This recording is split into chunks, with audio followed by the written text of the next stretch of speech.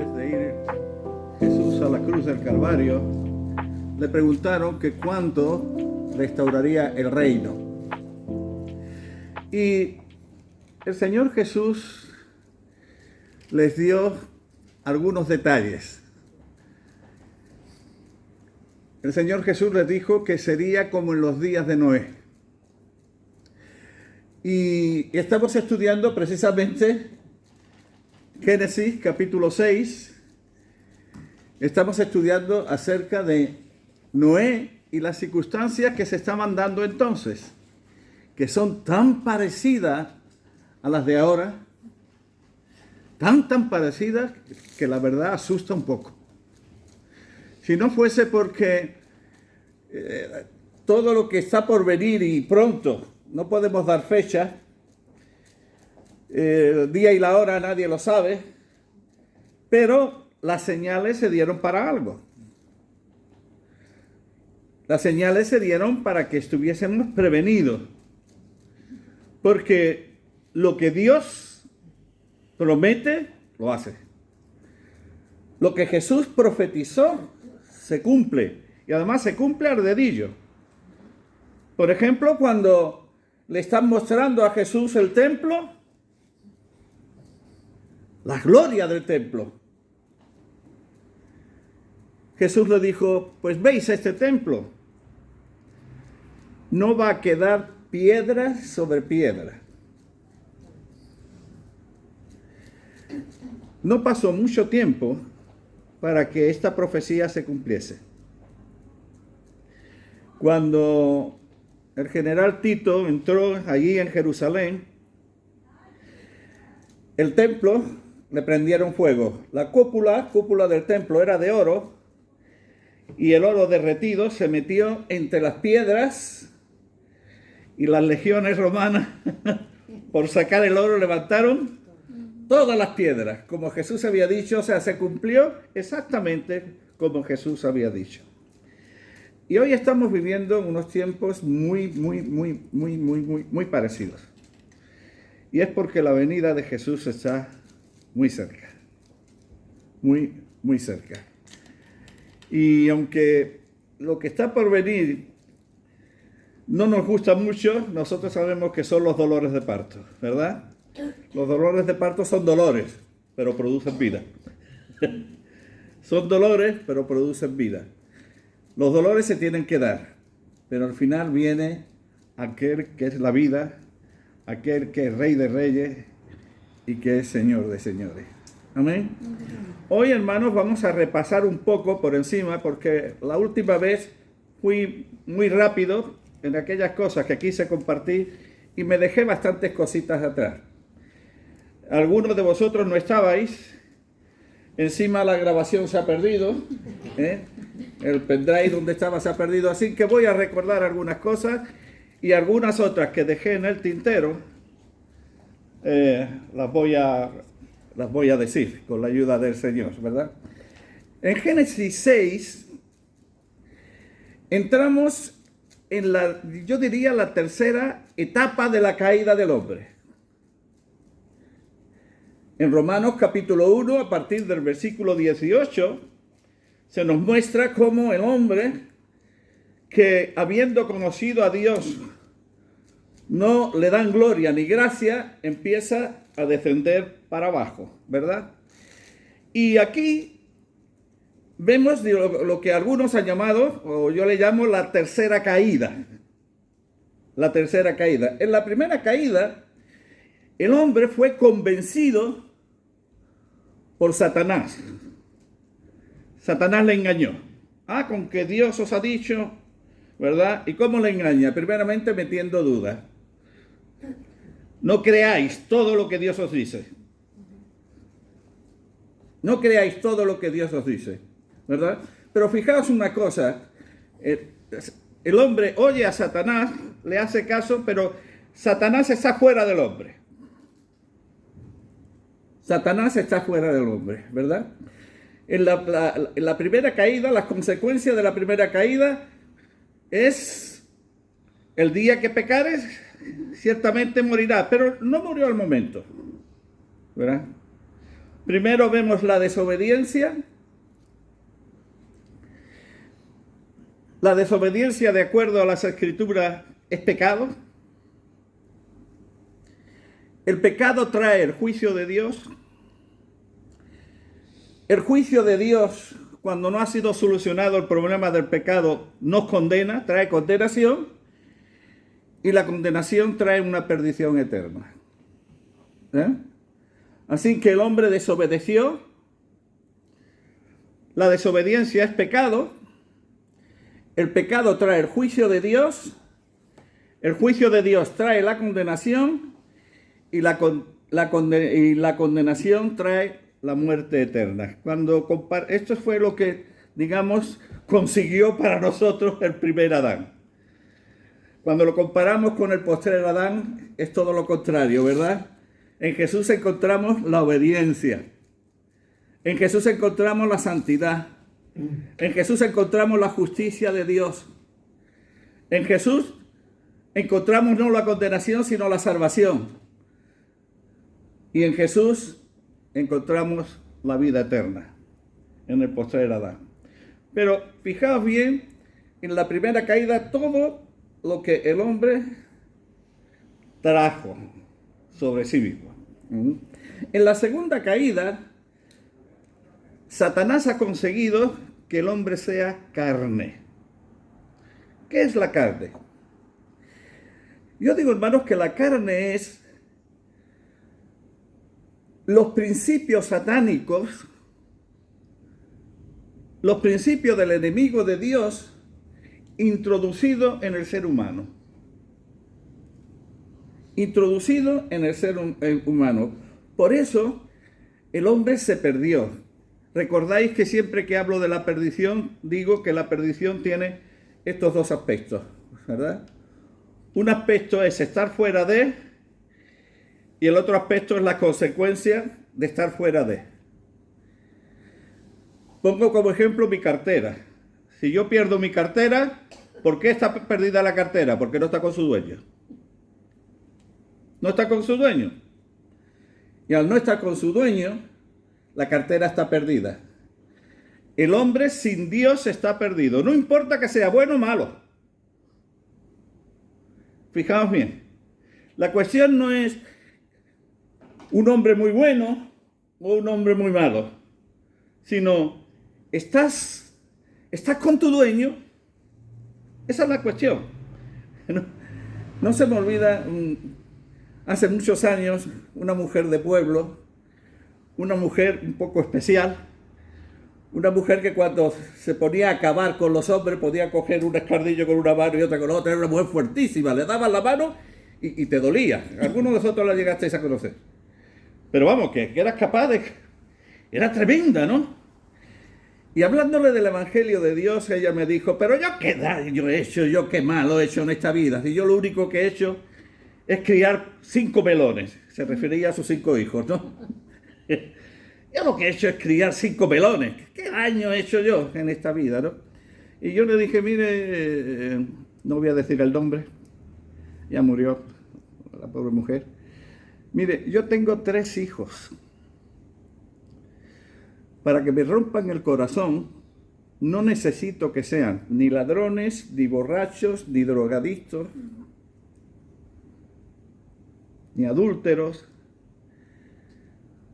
Con que me den la espalda y no me tengan en cuenta, ya han roto mi corazón.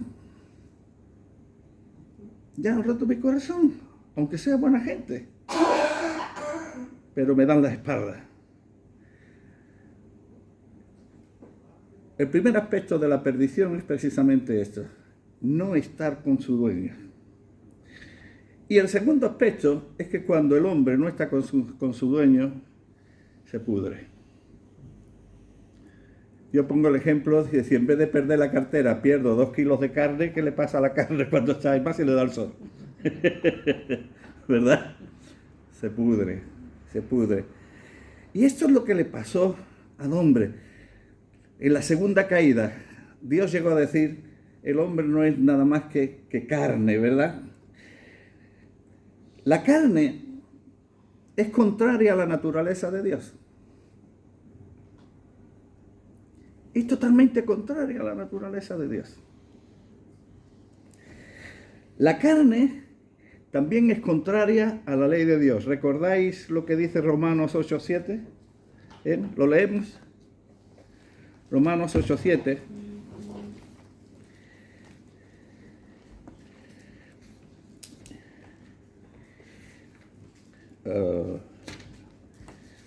Está en el capítulo 9. Dice, por cuanto los designios de la carne son enemistad contra Dios, porque no se sujetan a la ley de Dios, ni tampoco puede. Tampoco puede. Ahora, cuando las Escrituras habla de la ley de Dios, dice que es justa, que es santa y que es buena. O sea, la ley de Dios tiene la naturaleza de Dios. Porque Dios es santo, Dios es justo, Dios es bueno. Cuando hablamos de la ley de Dios, estamos hablando de la naturaleza de Dios también. Y si la carne es contra la ley de Dios, la carne es contra la naturaleza de Dios también. Y todos nosotros, queridos, estamos vestidos de carne. Y además, un gran problema que tiene la carne es que no admite reforma. La carne no admite reforma. En la tipología bíblica, ¿sabéis qué pueblo representa la carne? Amalek. Un pueblo que Dios dice, este no tiene solución, es terminarlo todo. Es terminarlo todo. Dice Romanos 6:6, sabiendo esto, que nuestro viejo hombre fue crucificado juntamente con él, para que el cuerpo de pecado sea destruido, a fin de que no sirvamos más al pecado. La única solución a la carne es su destrucción. Es su destrucción. No admite reforma. Y el apóstol Pablo, en Romanos 7, fijaos lo que dice de la carne, y está hablando de su propia carne, y ahora estamos hablando del apóstol Pablo, estamos hablando del apóstol Pablo, que para muchos de nosotros era alguien, bueno, en algunos lugares le llaman San Pablo, le llaman San Pablo. Ahora, fijaos lo que dice Pablo de él mismo, porque sabemos que la ley es espiritual, mas yo, dice Pablo, soy carnal, vendido al pecado, porque lo que hago no lo entiendo, pues no hago lo que quiero, sino lo que aborrezco, eso hago. La carne hacía su trabajo en Pablo, y también la carne hace su trabajo en nosotros, ¿verdad? ¿Quién de nosotros no ha tenido algún tipo de problema? Por ejemplo, aquellos que nos enfadamos con facilidad, Nos enfadamos con facilidad y luego, madre de mi alma, la que he armado, bueno, pero ya no me vuelve a pasar. Esto no me pasa más. Este enfado, que es lo que he armado yo, esto ya no me pasa más. No. Al otro día, sino antes, ¿verdad? Y si lo que no quiero, esto hago, apruebo que la ley es buena. De manera que ya no soy yo quien hace aquello, sino el pecado que mora en mí. Y yo sé que en mí, esto es, en mi carne, no mora el bien. Porque el querer el bien está en mí, pero no el hacerlo. No el hacerlo. Así que en la primera caída, fijaos bien, Satanás engaña al hombre. Pero la segunda ha metido mucho de él en el ser humano, ¿verdad? Y en la tercera caída tenemos los ángeles caídos, ¿verdad? Los ángeles caídos han tomado cuerpo. En las Escrituras, cuando los ángeles de Dios se revelan, creo que eso se llama teofonía, ¿no? O algo así. Teofanía. No, teofanía. Teofanía, eso. Lo que ha dicho Pablo, ¿verdad? Toman cuerpo. ¿Os acordáis los que vinieron a casa de de Abraham, que uno quedó con Abraham, pero los otros dos fueron a Sodoma, y cuando lo vieron los sodomitas quisieron violarlos, porque tenían cuerpo, ¿verdad? Quien habló con la mujer de Manoah, que era estéril, le dijo que iba a tener un hijo, que luego se llamaría Sansón. Era un ángel, pero tenía cuerpo. Pues en esta tercera caída son los ángeles caídos los que toman cuerpo y engendran hijos en mujeres escogidas. Y me llamó la atención que en la versión textual decía, y lo dicen, si tenéis una versión textual por ahí, podéis leerlo, decía algo como esto, dice, y viendo los ángeles, viendo que las mujeres estaban buenas, y así lo dice, pues tuvieron relaciones con ellas. Así lo dice, se lo dice la Biblia, ya no me da vergüenza decirlo bien. ¿Verdad?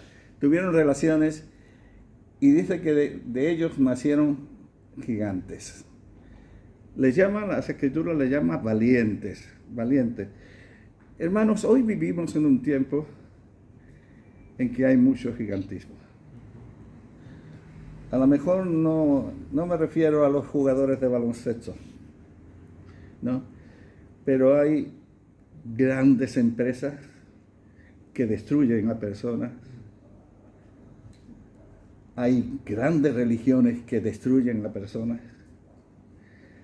Hay gigantismo, pero gigantismo que destruye. Y esta tercera caída, fijaos bien, ya han conseguido mezclarse con el ser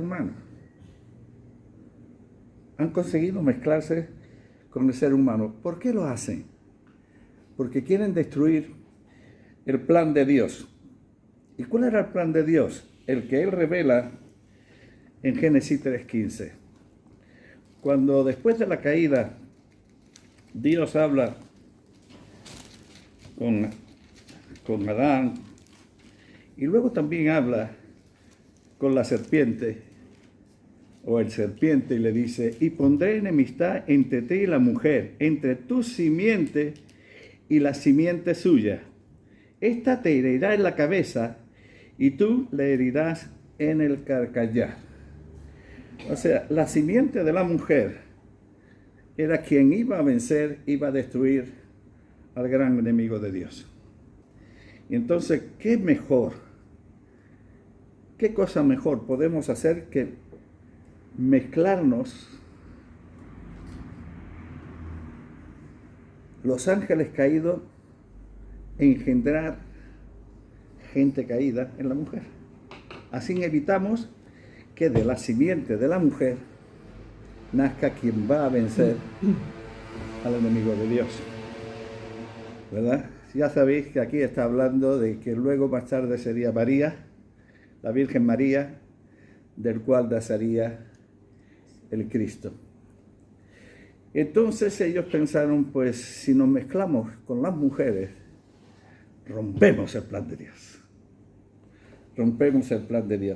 La simiente en las Escrituras es algo muy importante. Es algo muy importante porque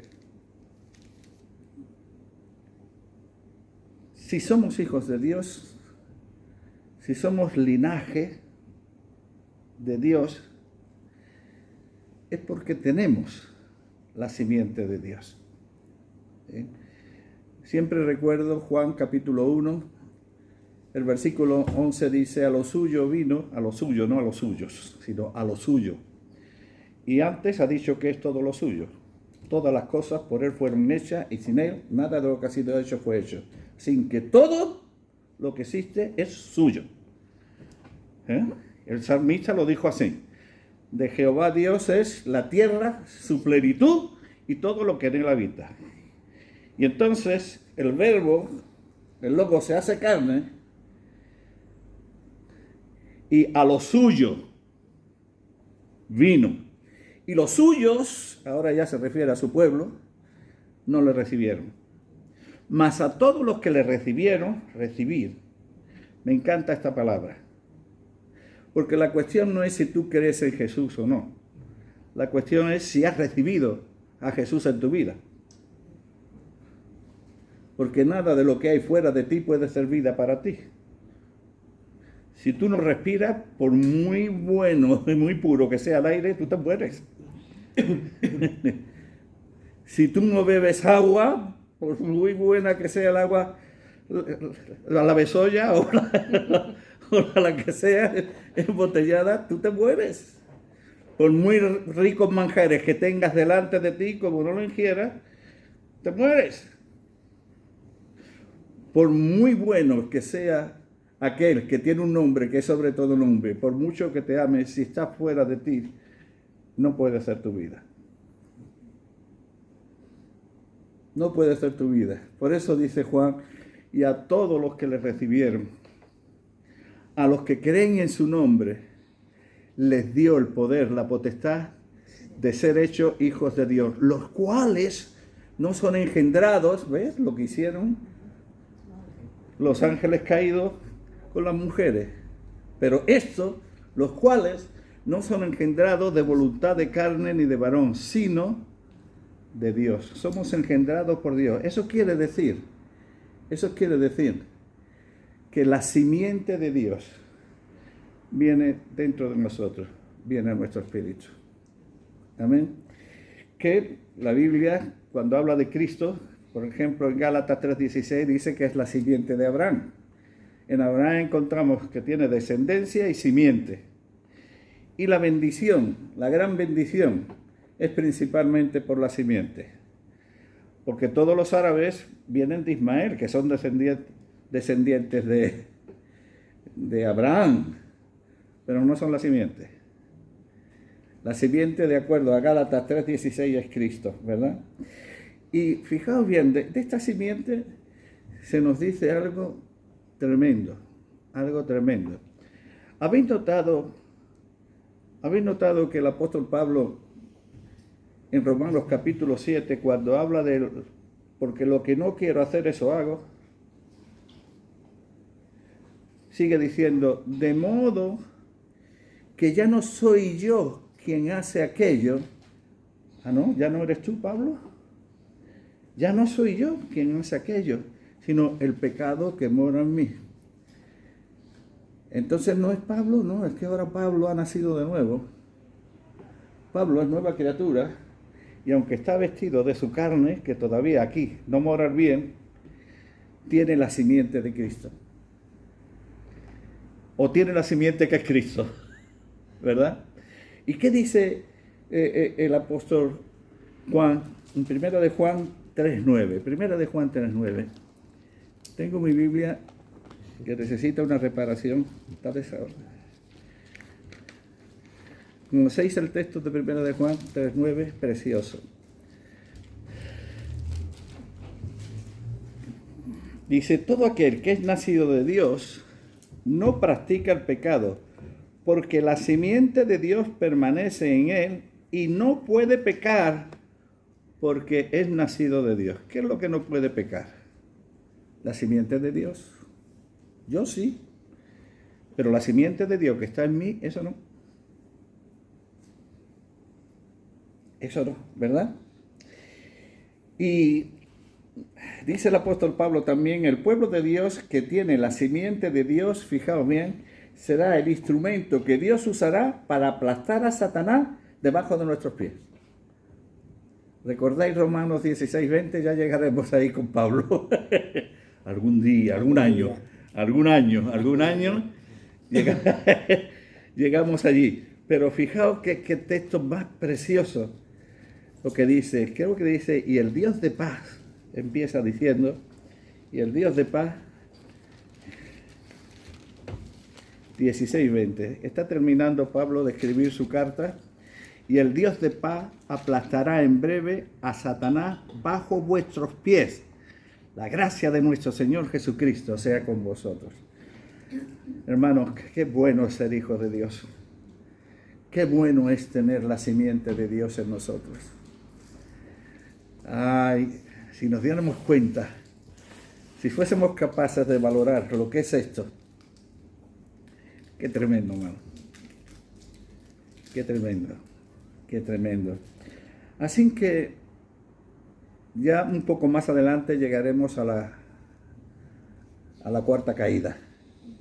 Pero ahora la primera, la influencia de Satanás convenciéndole, la segunda metiendo algo de sí dentro, la tercera mezclándose con el hombre. Amén. Pero gracias a Dios,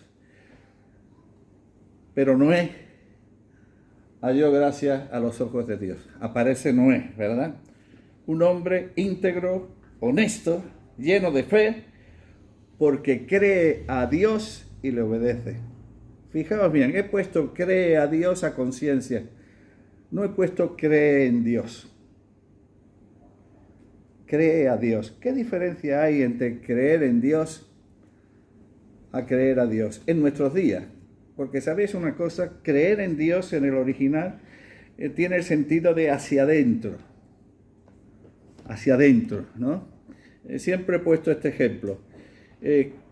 Yo creo que la silla es cómoda, pero estás de pie. Estás de pie y tú estás convencido de que esta silla es cómoda. Y la verdad es que estas sí son cómodas, ¿no? Como eran de un bingo, y los de los bingos son muy listos, ¿verdad? La silla es cómoda, pero estás de pie. Creer en el sentido primero que tenía es hacia adentro, es siéntate, descansa, ¿verdad? Ese era el primer sentido. Pero las palabras a veces pierden el valor. Las palabras pierden el valor. Por poneros un ejemplo, rey, señor, ¿verdad? El rey era el rey, ¿no? Hoy cualquier mamá o abuela o abuelo le dice al niño o a la niña, ¡ay, mi rey! ¡Ay, mi rey! ¿Verdad? Cuando en otro tiempo no había nada más grande que un rey, hasta que viene Roma, que no tenía rey. No tenía rey. Tenía emperadores y uno de ellos se puso el título del Kyrios, el Señor. Y ahora, este Señor tiene tanto poder que va venciendo los reinos y a los reyes. Y entonces, ¿qué pasa? Que al apóstol Pablo se le enciende la lamparita y dice, ya. Pero es que mi Señor es Rey de Reyes y Señor de Señores. Él es Rey de Reyes y Señor de Señores. Pero hoy, antes, el único que podía ser el Señor en aquel tiempo era el César. Era el César, ¿no? Pero hoy está el señor Pérez, el señor García. El Señor ha perdido su valor. Lo mismo ha pasado con la palabra creer, ¿verdad? Creer. Y he puesto creer a Dios, porque creer a Dios es creer lo que Él dice en su palabra, por lo tanto, obedecerla. Eso es lo que hizo Noé. Mira, viene un diluvio, hazte un arca. Y cree a Dios. Y cree a Dios, ¿verdad? Y le obedece. Ahora, Noé, ¿os recordáis la genealogía que vimos el otro día? Noé fue aprendiendo cosas. En Adán aprendió cómo ser aceptado por Dios, ¿verdad? Adán peca, Adán se esconde de Dios y Adán se viste con hojas, que ya sabemos que eran talabarte, eso es, ¿no? Pero a Dios no le vale esto. Dios dice, ¿dónde estás tú? Y empieza a buscar al hombre, porque Dios ama al hombre, ¿verdad? Y lo vistes de pieles. Y ya al vestirlo de pieles ya le está indicando algo, porque ha tenido que matar a algún animal para sacar la piel. Ya estaba indicando al Cordero de Dios que quita el pecado del mundo, ¿verdad? Lo está vistiendo de pieles. Y entonces, pues, ya Noé, de Adán puede aprender esto. Con Abel, Noé aprendió la forma en que podemos acercarnos a Dios. No a mi manera, sino a la manera que Dios dice. Abel acertó. Aceptó y acertó. ¿Perdón? Con Enós, dice que los hombres, Enós significa débil, aprendieron a invocar el nombre de Dios. Y seguramente yo creo que Noé también aprendió a invocar el nombre de Dios. El invocar el nombre de Dios es algo precioso. Siempre está relacionado el invocar su nombre con la salvación. Y todo aquel que invocare su nombre, ¿qué dice? Será salvo. Pero no salvo solamente de la perdición eterna, sino de cuántas cosas nos salva nuestro Dios al invocar su nombre. Por ejemplo, el rey David invocaba el nombre de Dios mucho y líbrame de mis enemigos. Líbrame de mis enemigos, ¿verdad? Y Dios le libraba. Y Dios le libraba. Qué bueno es aprender a invocar el nombre de Dios. ¿Sabéis una cosa?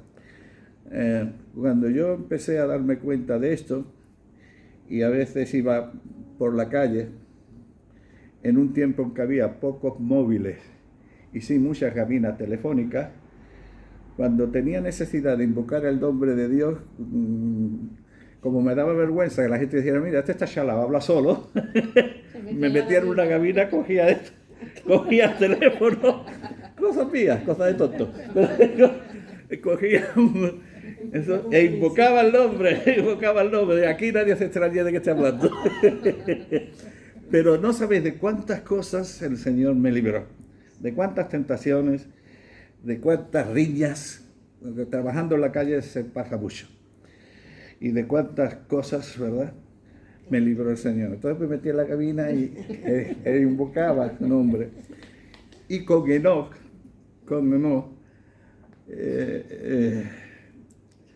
Noé aprendió a caminar con Dios.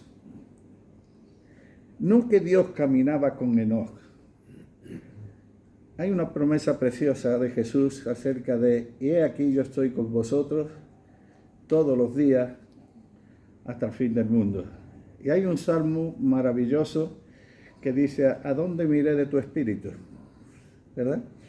Si me voy a lo profundo del mar, allí estás tú. Si me voy encima de la montaña, allí estás tú. Vaya donde vaya, allí estás tú. Dios nunca nos deja. Pero fijaos bien, no dice que Dios caminaba con Enoch, sino que Enoch caminaba con Dios. Eso quiere decir que Enoch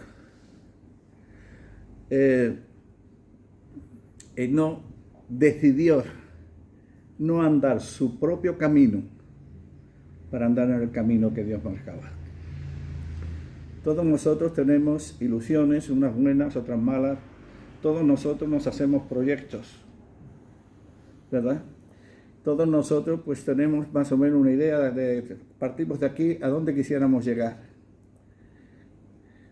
Pero un buen discípulo es alguien que rechaza andar su propio camino para andar el camino que le marca el maestro. El camino que le marca el maestro. Enoch caminó con Dios. Las decisiones las tomaba Dios. Las palabras, las profecías que Enoch dijo y aceptó, eran las palabras que Dios les había dado. Y entonces Noé aprendió. Y también dice que Noé caminó con Dios. Luego dice que Noé halló gracia a los ojos de Dios. Y yo tengo un par de preguntas aquí. A ver, ¿Noé halló gracia por ser un hombre justo? ¿O llegó a ser justo porque halló gracia? Voy a repetir esto. Noé llegó a ser un hombre justo por gracia, o llegó a Noé halló gracia por ser un hombre justo, o llegó a ser justo porque halló gracia. De acuerdo a las Escrituras, Dios siempre da el primer paso. Yo creo que en esto podemos estar de acuerdo todos, ¿verdad?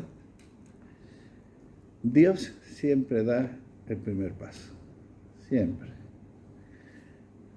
Génesis 1 ya encontramos que el Espíritu de Dios dice que aleteaba, ¿no? Que hacía lo que una gallina hace con los huevos, ¿verdad? Los pone debajo y le da calorcito para producir pollitos, producir vida, ¿verdad?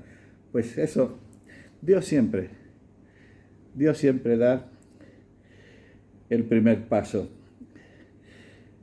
Y cuando Dios da el primer paso, Él espera producir en nosotros fe. La fe nos lleva a la obediencia, la cual necesita la gracia de Dios para llevarla a cabo. O sea que cuando Dios da el primer paso y Él nos habla, su hablar produce en nosotros fe. Y la fe nos lleva a la obediencia, ¿verdad? La cual, o sea, la obediencia también necesita de la gracia de Dios para llevarla a cabo. Mira, tengo todavía hasta 10 minutos. Me estoy pasando sin coloquio. Ya, sin coloquio, vale. Entonces, vámonos a la 1 de Corintios, capítulo 3, el versículo 10, y fijaos bien lo que dice: conforme a la gracia de Dios que me ha sido dada, yo como perito arquitecto puse el fundamento y otro edifica encima, pero cada uno mire cómo sobreedifica. O sea que, conforme a la gracia de Dios, Pablo trabajaba y cumplía su ministerio, ¿verdad? Capítulo 15, versículo 10. Este es muy interesante. Él está escribiendo a los corintios y está escribiendo a algunos que están poniendo en duda si él es apóstol o no es apóstol. Y él dice: pero por la gracia de Dios soy lo que soy. Y su gracia no ha sido en vano para conmigo. Antes he trabajado más que todos ellos. Y está hablando de los 12. Pero no yo, sino la gracia de Dios conmigo. Así que la gracia de Dios, necesitamos la gracia de Dios para llevar a cabo el trabajo, la labor que Dios nos da. Ahora, la gracia de Dios también pide nuestra colaboración. En 1 de Timoteo 2:1, no todas las versiones dicen lo mismo, pero esta Reina Valera 1960, la 1 de Timoteo 2:1 dice,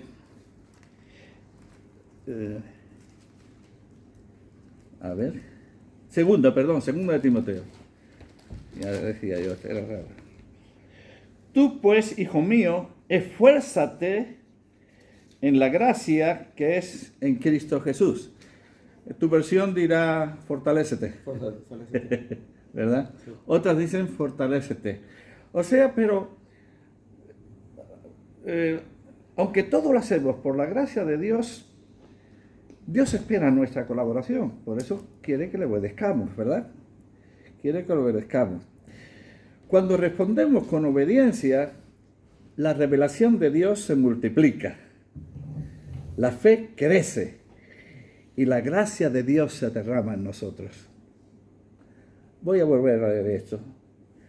Cuando respondemos con obediencia, la revelación de Dios se multiplica.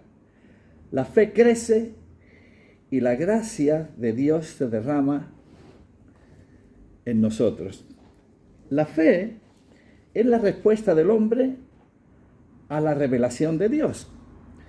Dice Romanos 10:17 que la fe viene por el oír y el oír la palabra de Dios.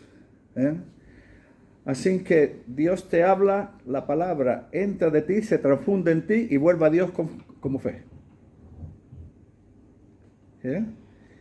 O sea, tú oyes la palabra, la palabra de Dios entra en ti,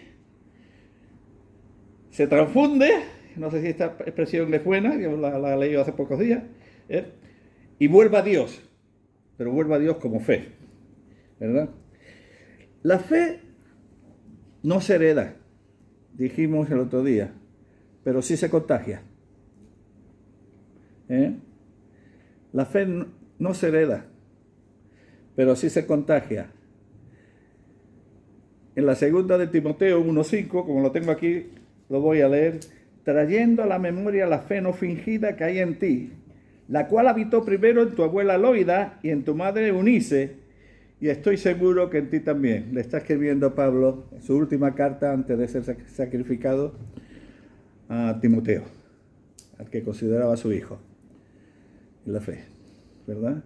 Así que, Timoteo, tienes una fe no fingida, pero esa fe habitó primeramente en tu abuela Loida y después en tu madre Eunice.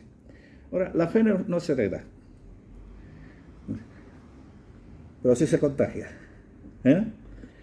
Sí se contagia.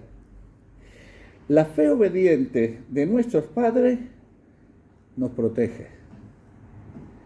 Y como vamos más de tiempo, recordar cuando Dios le dice a Salomón: por amor a tu padre David, no dividiré el reino mientras tú vivas, pero será dividido en el tiempo de tu hijo, ¿verdad? Oh, hermanos, yo no puedo, mis hijos no van a heredar mi fe, ni mis nietos tampoco, pero me gustaría contagiarla. Contagiarle tal fe que Dios me dijese en cierta manera a mí: mira, pues por tu fe los voy a proteger de muchas cosas.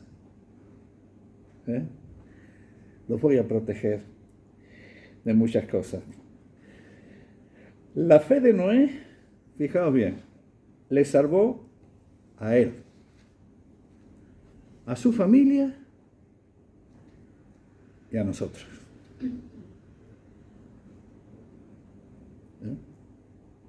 Asumo. Si Noé no hubiese tenido fe, ¿dónde estarías tú? ¿Dónde estaría yo? ¿Dónde estaría yo? Estos días, mientras pensaba acerca de estos textos, ¿sabéis una cosa? Voy a confesaros algo. Me consideraba un Noé pequeñito. Me consideraba un Noé pequeñito. Os voy a explicar por qué. El padre de Noé se llamó Jared. Y de acuerdo a las escrituras, Jared, se llamó Lamé, perdón, Lamé. Y vivió Lamé después que engendró a Noé 595 años. Y fijaos bien, engendró hijos e hijas. Y fueron todos los días de Lamec 777 años y murió. O sea que Noé tenía hermanos, tenía hermanas, tenía sobrinos nietos. Pero en el arca solo entró él, su esposa, sus 3 hijos y la esposa de sus hijos. Y yo me sentía un Noé pequeño durante estos días. ¿Por qué? Señor, gracias porque mi esposa, gracias porque mis hijos, y espero que mis nietos también, estén en el arca, pero yo tengo 6 hermanos que de pequeño todos asistieron a la escuela dominical y no están en el arca.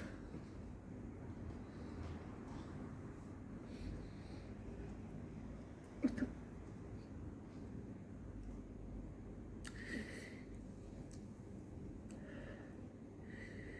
Y él fue Dios mismo quien cerró la puerta del arca. Y yo, echando un poco de mi imaginación, no sé, golpearía en la puerta. No es que soy tu hermano, que soy tu sobrino. No es que soy, pero no puedo abrirla. La ha cerrado Dios. Yo no puedo.